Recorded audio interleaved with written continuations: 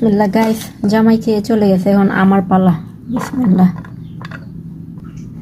ও তো খাওয়া দাওয়া করে চলে গেল, এখন দেখি আমি খাই। ও নাকি আজকে বললো আমার খাবারগুলো নাকি ভালো হয়েছে না, এত কষ্ট করে রান্না করলাম, এটা কি বললো সে। গাইস, আমি ফার্স্টে এই যে ছোটো মাছ দিয়ে যে ডাটা রাঁধছিলাম, এই চচ্চড়িটা নিব। এইটা নিব আগে ফার্স্টে, আর একটু নিব ডাটাগুলো নেই। এই তো হয়ে গেল, এবার দেখি টেস্ট কর।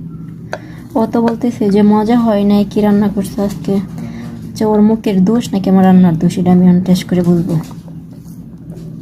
এটা ডিফারেন্ট একটা খাবার রান্না করলাম। বিসমিল্লাহ।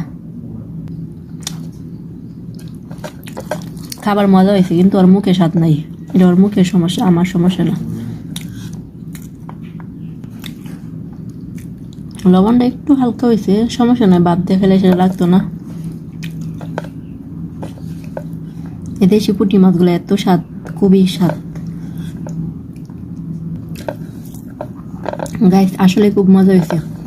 আলু, বেগুন, টমেটো, ফুলকপি এগুলো তো খাওয়া হয় সবসময়, কিন্তু এই ডাটাটা অনেকদিন পরে রান্না করছিলাম, আর এরকম ছোটো ছোটো দেশি পুঁটি মাছ দিয়া খুবই মজা হয়েছে, অনেক বেশি মজা হয়েছে। কিন্তু ওর কাছে মজা হয় না, ওর মুখের রুচি নেই।